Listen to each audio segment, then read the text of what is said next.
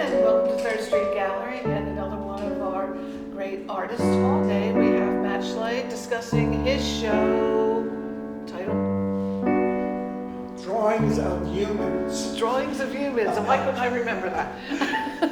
It's so easy, it's hard. So of course this is Matt's work over here. So Matt, obvious first question, what was the inspiration? So, for inspiration, there's a number of different things. In retrospect, I was thinking about, one of the big inspirations is actually the materials themselves, charcoal, which is, and I was thinking about this, I wasn't thinking about it when I started these, but I've actually, in my life, done 3 sort of projects with charcoal. One I did in like 1979, one I did in 1990, and one I just started about 6 months ago. And this is like 12 pieces from, there's probably about 30 pieces total in this project.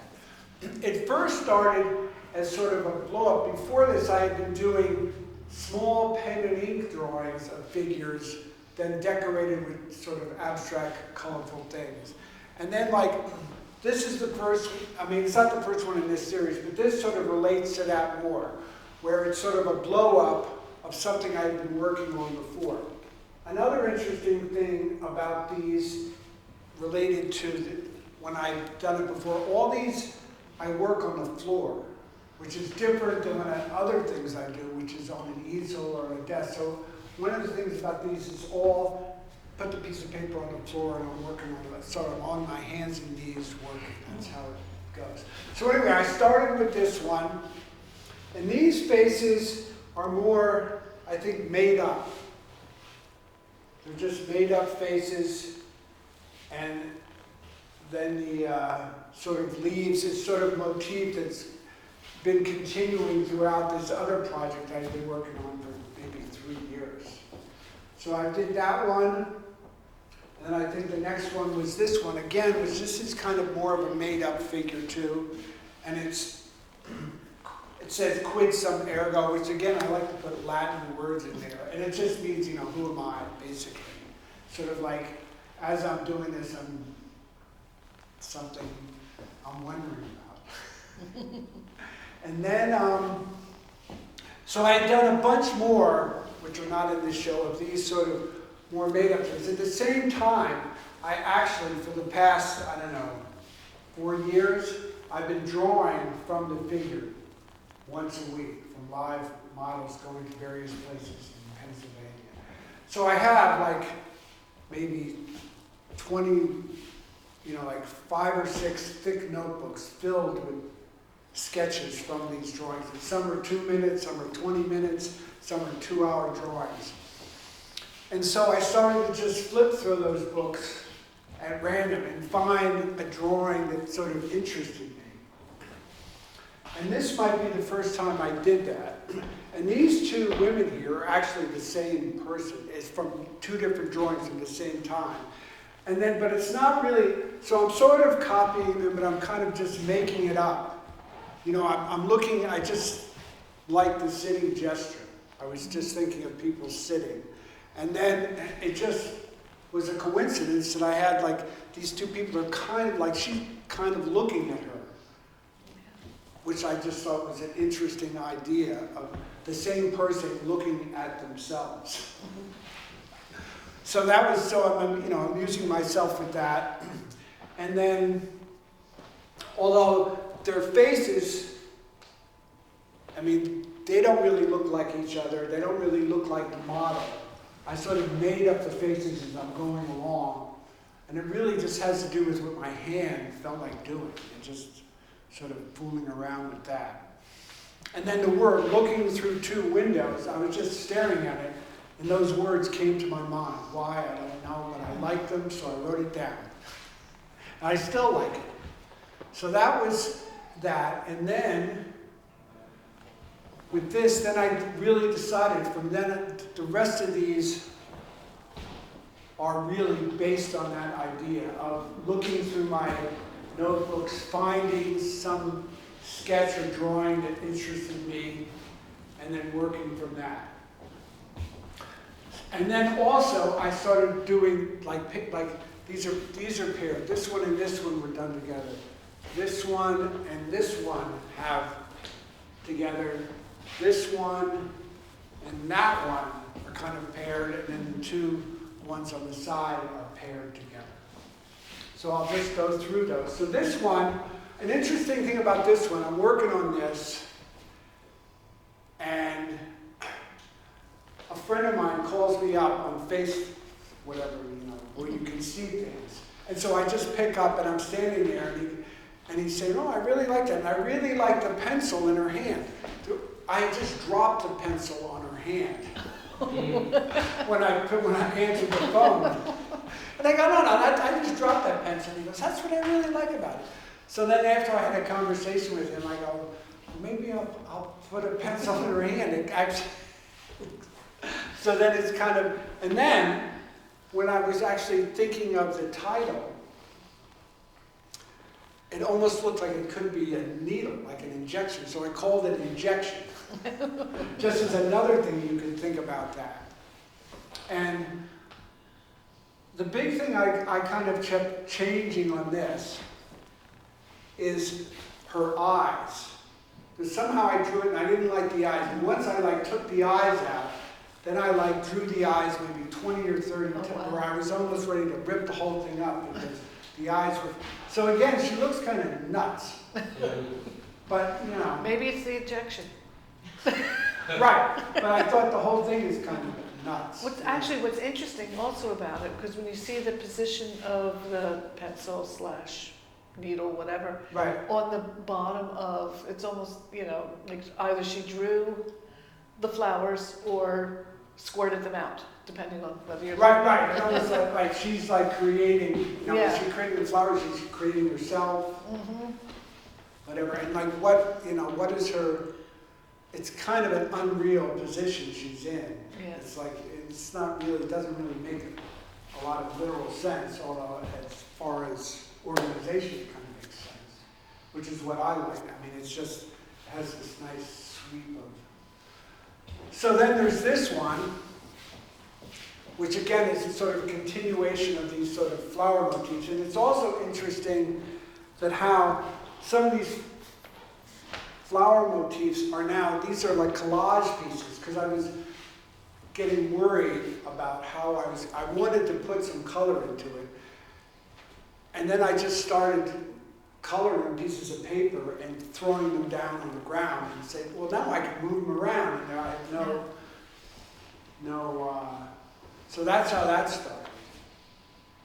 That it was just seemed a very effective way for me to decide how things go. And I just like that. Very organic.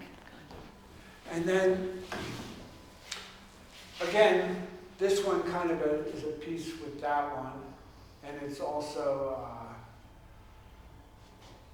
I guess the thing I particularly like about this, which is kind of interesting, is this. First you think, this is the shape, or is that the shape? I don't know, I thought that was pretty interesting.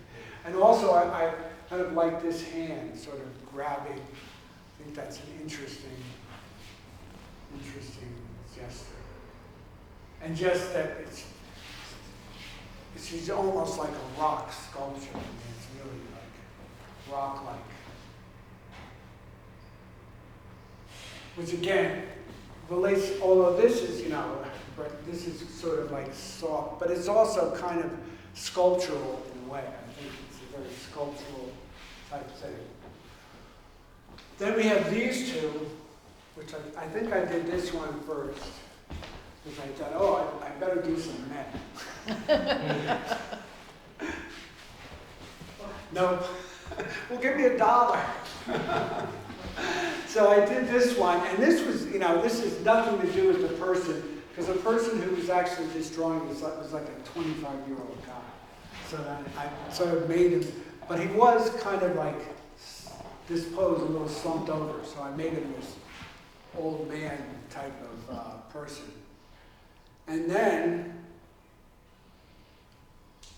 I was just interested in these feet and hands And one of the things with the feet, last year I was in Egypt for a while, and when you go to like museums and various places, there's a lot of things with just feet that have been broken off. So I've been trying to get somewhere to put just feet in somewhere. So that's that, and also just I'm very interested in, basically how feet and hands are both very expressive. And I think I worked a long time on these feet to sort of model that this is somewhat about feet. That I think those feet are very expressive of the person. Then this one, again, this was originally a person who's like a 25-year-old young lady model. And again, I made it into kind of an old person, and also a scary, more scary looking, which was I wasn't even planning on doing that, but it just worked out that way. And I kind of, as it sort of became more and more sort of an aggressive looking person, I kind of, emphasized that more and more.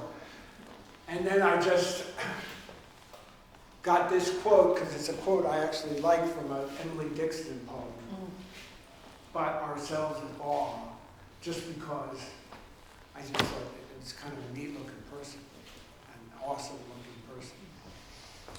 Then we have, then we go to this one, and this again was a real person, this is almost close, of all of them, the closest to what the person actually looked like. And what I particularly was struck by, just her closed eyes, I feel is just a very, touching sort of thing there.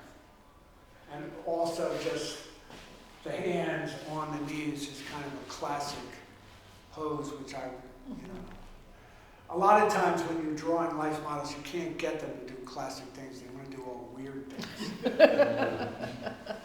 So I like, because both those hands I really like, and her, because she was a very large woman, which is, and again, I'm continuing with sort of these flowers and this red lines and helps them top. And then I did this one down here, which is this guy lying down, which again kind of was a real drawing of this guy lying down. But once I did it, I thought it was boring. So I really just went wild on putting him in sort of this imaginary floral landscape with weird things and this sort of arm sticking out here. Just, almost just entertaining myself. And there's a foot here. Things that I, actually am interested in. But I think it worked out, I like the way it worked out. And this one, has, I think this is the only one that actually has watercolor in it, where I was just pouring water with green, and then we come to this one, which again was the guy didn't really look like this, but he was a very big man. It was kind of, did this one in reaction to that one, in that I wanted it to be like this jungle-like atmosphere, that this almost a landscape that this person is in. It's almost crouching. Right, sort of crouching and looking, and these hands, which kind of look realistic, but then when you look at them, they don't really make sense. Because I kind of find interesting that you can make something that looks detailed.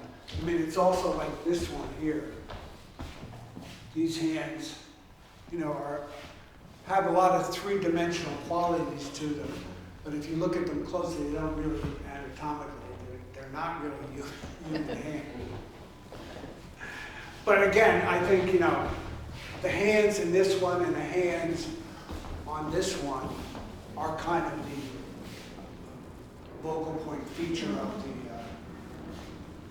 the pieces and how they sort of work together.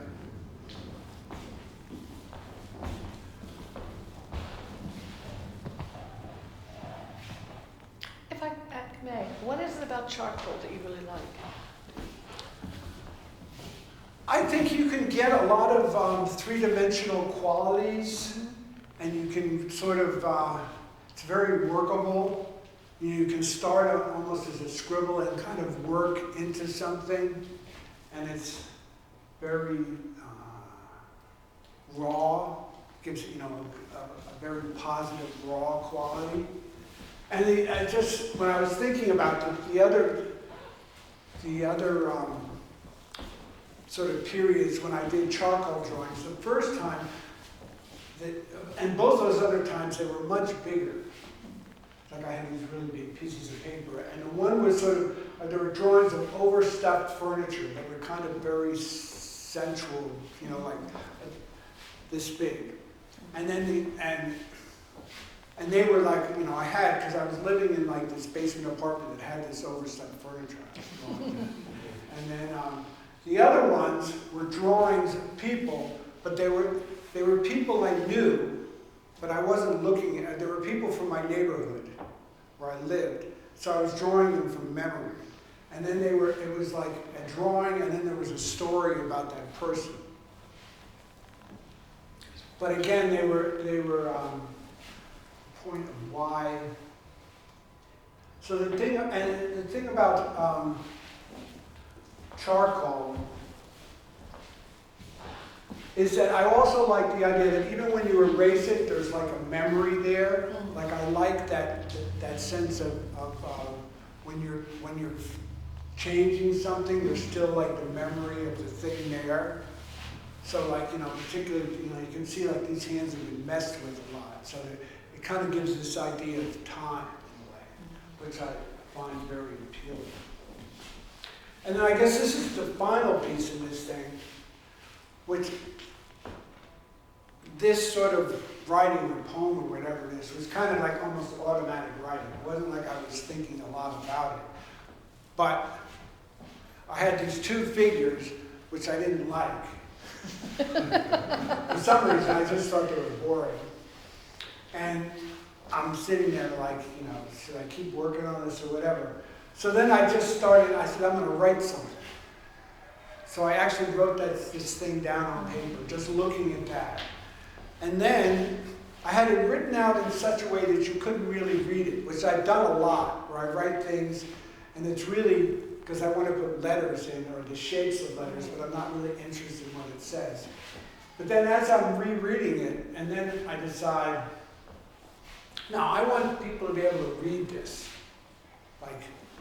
So then, there was words here. There were basically words where you couldn't see the people. So then I started erasing it, and then I really thought it was like, so you can read this: smooth reveals the shape, or gesture beneath remaining, or you could read it: smooth gesture reveals beneath the shape remaining. You could read it different, so I go, well, that's cool.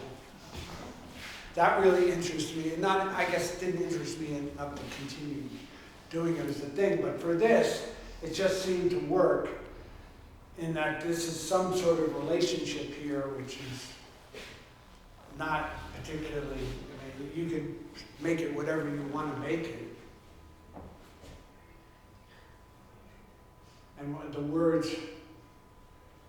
I don't know really what they mean, other than what they say. I mean, when I write something like that, I don't want it to mean anything other than what it says, and I don't want to say anything other than what it means. Following up on that, Matt, because like in your paintings and watercolors, there's much more text. Right. When I saw this, it was almost, there's no text here. So in those,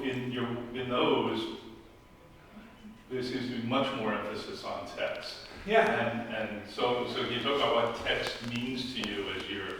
So a lot of the text in those was, I was writing about, a lot of times I was copying epic poems from ancient Greek or ancient Latin, and some were written in Latin. Sometimes I would write a whole poem out in Latin, and then I'd write out the English translation.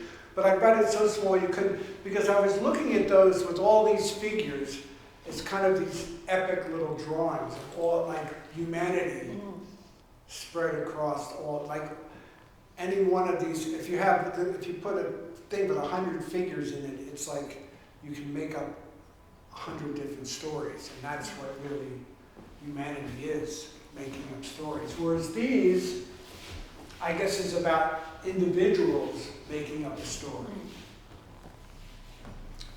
which I think is why, which is why maybe I just wanted this, since this is just about two individuals, I wanted this, it's not so much epic, it becomes more intimate, an intimate story. Which is, now that I think about it, it's kind of ironic. As I'm blowing them up, I'm making them more intimate. Yeah, it is interesting. That was like, right, that's I have to deep think thoughts. about that. Right, Write that down in the notebook. right. It hadn't occurred to me, but I think that's probably what's happening here, that these are, and they're also basically like, I'm making up a story about that person as I'm drawing it.